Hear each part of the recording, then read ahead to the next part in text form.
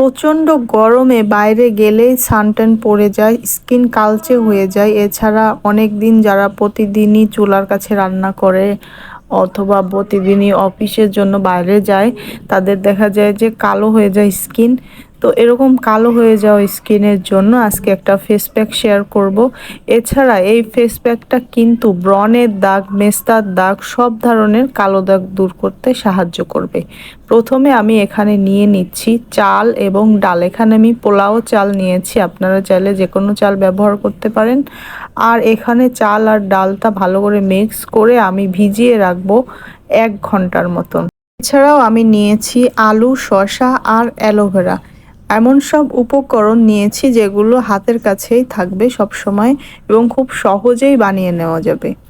চাল ভিজাতে দিয়ে আমি এখানে আলু, শসা এবং অ্যালোভেরা থেকে জেলটা বের করে নিয়েছি। আলু এবং শসা ছোট ছোট করে টুকরো করে নিয়েছি।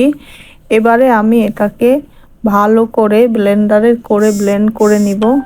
যেহেতু আমি এখানে অল্প পরিমাণে করব, এজন্য আমি ব্লেন্ডারে সবচেয়ে ছোট যে জারটি থাকে সেটাই করে নিব। আর এখানে আমি এক্সট্রা কোনো পানি ইউজ করব না।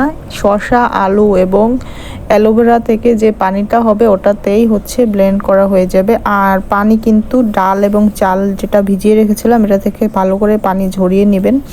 তো দেখতে পাচ্ছেন কি সুন্দর একটা মিহি পেস্ট তৈরি হয়েছে।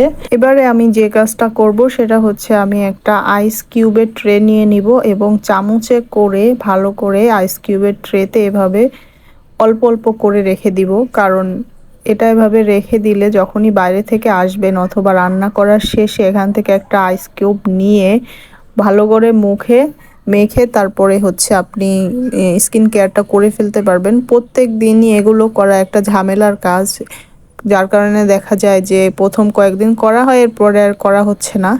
তার কারণে এইভাবে করে নিলে আপনার কিন্তু খুব সহজ হয়ে যাবে এবং প্রত্যেক দিনই আপনি আপনার স্কিন কেয়ার করতে পারবেন। তো এটাকে আমি ফ্রিজে রেখে দিয়েছিলাম, এখন শক্ত হয়ে গেছে। আমি একদিন রেখে দিয়েছিলাম। এবার আমি সবগুলো আইস কিউব ছাড়িয়ে নিচ্ছি। আর এখন আমি এগুলোকে একটা বক্সের মধ্যে রেখে দিব। আর যখনই দরকার হবে তখনই একটা করে কিউব বের করে ব্যবহার করা যাবে। এই কিউবগুলো সরাসরি মুখে ব্যবহার করতে পারেন যদি আপনারা মুখে আইস কিউব ব্যবহার করতে চান বা ব্যবহার করার অভ্যাস থাকে। তাছাড়া এটাকে গলিয়েও ব্যবহার করতে পারেন। আমি এটাকে সরাসরি আইস থাকা অবস্থাতেই ব্যবহার করি। প্রথমে আমি এরকম হালকা করে স্ক্রাব করে নেই, তারপরে মুখে 10-15 মিনিট মতন রেখে যখন শুকিয়ে যায় তারপরে ধুয়ে ফেলি। আর এটা কয়েকদিন ব্যবহার করলেই আপনি একটা ড্রামাটিক চেঞ্জ দেখতে পারবেন।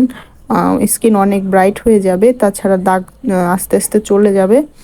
তো আশা করি আপনাদের এই টিপসটা ভালো লেগেছে।